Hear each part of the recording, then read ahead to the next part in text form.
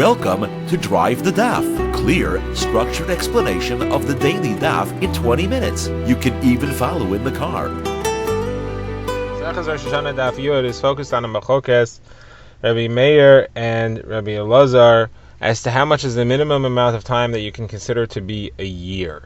If you have 1 day before Rosh Hashanah, does that count as a year, or do you need 30 days before Rosh Hashanah to count as a year? The Gemara introduces the topic with a discussion of Arla. The Gemara adds halacha to Arla, and the Gemara introduces the machokes.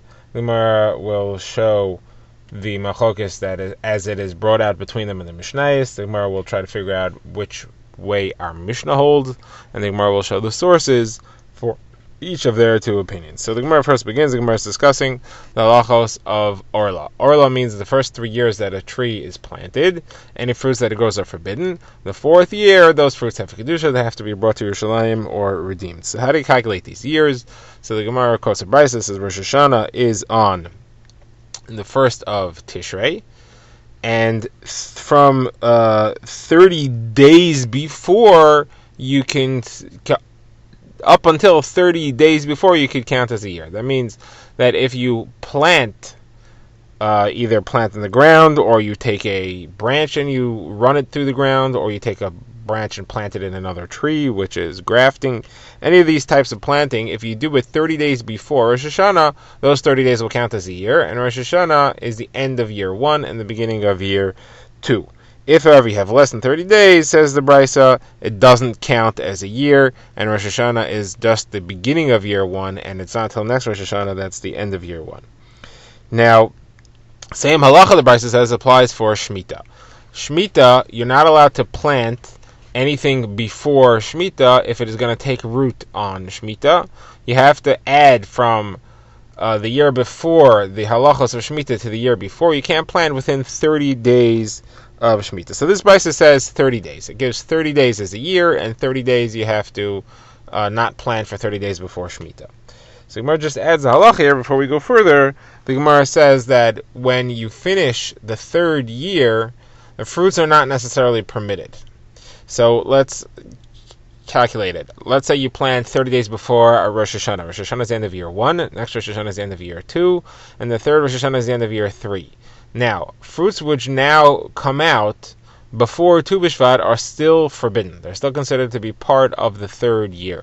It's not until fruits which it's not the only fruits that are permitted aren't Arla are fruits which come out. They do what's called Chanata. They first appear, the flower falls off, and the fruit appears after Tu B'Shvat, following Rosh Hashanah at the end of the 3rd year, and then it'll be Nenter Ravai until the end of the 4th year, and again, fruits which come out before Tu B'Shvat of the 4th before Tu B'Shvat following the 4th Rosh Hashanah will be Neter Avoy, and you will have to redeem it. It won't be free and clear until fruits which come out after Tu B'Shvat following the 4th Rosh Hashanah. So the Gemara says, how do you know this halacha? The Gemara says it's from a pasuk that says Uva Shana Ravius and Uva Shana Chamishis, describing Neter Avai, the 4th year halachos, and the 5th year halachos. That in the 4th year you don't have Arla anymore, you just have Neter Avai, and in the 5th year you don't even have Neter Avai. The Gemara, the pasuk adds the Vav, Uva Shana Ravius, Uva Shana Chamishis, to teach you to connect it to the previous years, that sometimes the halachas of the previous years will extend.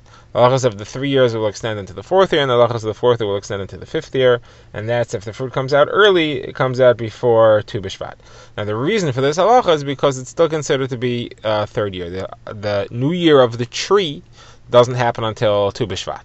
So even though the year of planting has gone by, the tree is still considered to be in its 3rd year until Tu B'Shvat, which follows now that it has achieved the status of a tree. Okay, now, so our brisa had said that the minimum to be considered a year is 30 days. You need 30 days before Rosh Hashanah. So the Gemara says this is a machokes of Meir and Rav Elazar, and this would seem to be like the opinion of Rav Elazar, because you have a machokes of Meir and Rav Elazar concerning the age of an animal to be brought as a carbon. How much can you consider to be 1 year? What's the discussion? Discussion is, if you have, let's say, an animal that has to be 3 years old. So according to Rabbi Meir, it's enough if it's 24 months and 1 day, because 24 months is 2 years, and 1 day is considered to be the 3rd year. And according to Rav Elazar, it has to be 24 months and 30 days. Then the 30 days would count as the 3rd year. More quotes Rav Meir in full. Rabbi Meir says, anytime where the Torah says the word egel, you have to bring an animal which is an egel, a calf. It has to be 1 year old. If it says ben bakar, son of cattle, it has to be 2 years old. If it says par, a cow, even if it says par ben bakar, it has to be 3 years old, and that's our example of the 24 months and 1 day.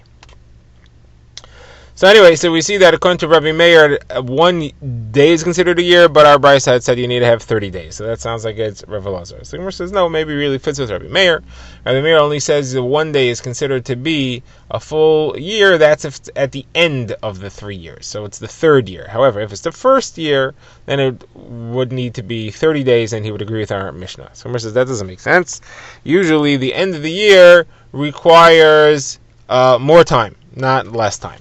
How do we see that? We see that from Nida. A Nida is supposed to count 7 days of Tumah. This is not our Nida in our days. Our Nidas today are considered to be Zava, and they need 7 clean days. These halachas don't apply. This is the halacha of Nida Doraisa, which is different than Zava, which is what we keep now. And a Nida has to keep 7 days of Tumah. After 7 days of Tumah, she's allowed to go to the mikvah. Now, the 7 days of a Nida are calculated as follows. The day in which she begins to see her menstrual cycle counts as day 1, even though it's not a full day. However, the last day she needs a full day. She cannot have part of the day and then go to the mikvah on the 7th day. So you see that the first day is more lenient than the last day. So how can it be that in the cycle of years, Rabbi Meir says that the first year needs to be 30 days and the last year needs to be only 1 day? That would not make sense. First year being 30 days would be in the cycle of Orla, and last year being 1 day would be in the age of a carbon. So the Gemara says, okay, we'll accept that, we'll reject that. It cannot be Rabbi Meir based on that explanation. But then who do you want it to be? It cannot be Rav Elazar either. And the reason it can't be Rav Elazar is because you need 30 days for the plant to take root before you could start counting 30 days. We have the halacha, we have the mitzias that a plant takes time to take root. You can't start counting the 30 days until after it's taken root. And the Gemara quotes Brisa, which has a list of opinions as to how long it takes for a plant to take root. Rav Yehuda says it takes root in 3 days. The Tanakama in this Mishnah says it takes 30 days. Rav Yossi and Rav Shimon say it takes 2 weeks. Now, either way, all these opinions, and the Tanakama there is Rav Elazar, who says that it takes 30 days. All these opinions tell you how long it takes for a plant to take root. In order to count it as a year, you need time. You would need to have 30 days after it takes root. So, the Gemara quotes that in Amira, Rav Nachman says the name of Rabbi Baravua, that if you hold it takes 30 days to take root, you need 60 days before you could count it as a year. And if you hold it 3 days, you need 33 days. Hold it 2 weeks, you would need 30 days plus 2 weeks. Only then can you count it as a year. So therefore, it cannot be Rav Elazar, because Rav Elazar would say you need 60 days, and this Brisa says you need 30 days. So Gemara says, so then who do you think it is? It's not Rav Yehuda, because it doesn't say 33 days, and it's not Rav Yossi and Rav Shimon either. So the Gemara says it's got to be, it really is Rabbi Meir. It really is Rabbi Meir.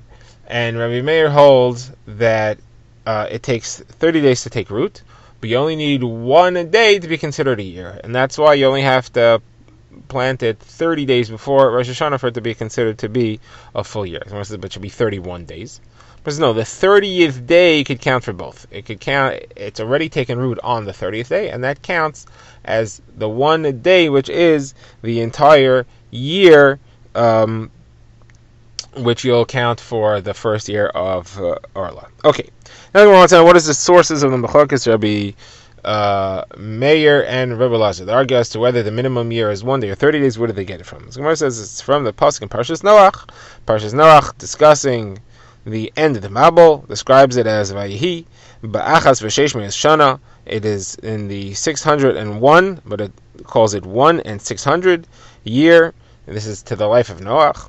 Barishon on the first, meaning the first month, Be'echad l'chodesh on the first of the month. So this was the first day of the year, and it says, and it calls it already year number 601. So it says Rabbi Meir, since it's only one day in, and already calling it year number 601, we're calling it a full year. Obviously, one day counts as a full year.